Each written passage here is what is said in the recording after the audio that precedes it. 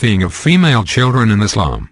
There is an evil practice among the Arabs called mafakazat al-zikar, loosely translated as the thing of children. There is no proper English translation for this practice, simply because it is not a Western norm. Thigh is the part in humans between the hip and the knee. The nearest evil practice to thing in English would probably be child molesting. However, thing is infinitely more evil than child molesting. It is done by an adult man to a female child, with the sanction of religion. Now let us see how it is practiced on a female child and who begin that evil practice. According to an official fatwa issued in Saudi Arabia, the Prophet Muhammad began to practice thing on his child bride, Aisha, when she was 6 years old until she reached 9 years. Fatwa in 0.31409. The hadith which we quoted earlier mentioned that the Prophet Muhammad started having real sex with Aisha only when she reached the age of 9. Therefore, Muslim scholars collectively agree, by virtue of divine example, a child becomes an adult, available for sexual intercourse as soon as she reaches the age of 9. Likewise, the Sharia allows any faithful to marry a 6-year-old child. According to the fatwa, the Prophet Muhammad could not have sex with his fiancée, Aisha, when she was 6 due to her small size and age. However, the fatwa said that at age 6, he would put his penis between her thighs and rub it gently because he did not want to harm her. Imagine a man of 51 removing the clothes of a 6-year-old girl and slipping his erect penis between her thighs, rubbing until he ejaculated on her thighs. To this day, this is considered a benevolent act and is all about the adult not wanting to harm her. How much more harm can a grown-up man inflict to a female child than showing her his penis and stripping her clothes and rubbing his male organ between her thighs?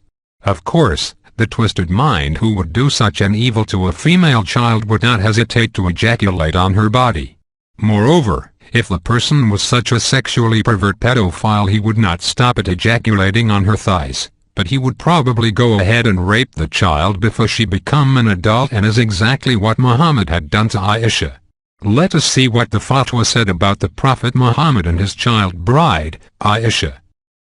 Thing of children is practiced in many Arab and Muslim countries, notably in Saudi Arabia and Yemen and Gulf countries. Those countries are notoriously known for that evil practice. It is very common to see a man of 70 or 80 years of age marrying a child of 8 or 10. Recently, an 80-year-old Saudi man married a 10-year-old girl. On the wedding night, the child's privates hemorrhaged so badly until they had to take her to the hospital. Another recent case was of a Yemeni man who raped his child bride until she died. Those were just a handful of the thousands of rapes that take place each year on the pretense of marriage. Sheikh Hamadan intended to marry the child of the Indian maidservant and practice thing on her until she reached the age of 9. At this time, if it was almost 8, she was 7 years and 11 months old. She did not even know what sex was. When she saw her mother stripped naked by the 2 policemen, she thought they were killing her. When the Saudi policeman took her out of the car and showed her his male organ and tried to force her to hold it in her hand, she did not have an inkling about what he was trying to do to her mother. What she did know was that it was wrong to show your privates in public, and she resisted his attempts to fillet him. As it turns out, the sacrifice of a mother offering herself to the 2 policemen prevented a Fada's rape.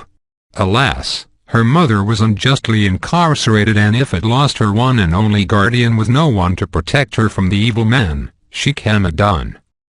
A quotation from my new book, The Child Bride and the Old Man of Arabia. Please keep visiting Wake Up West.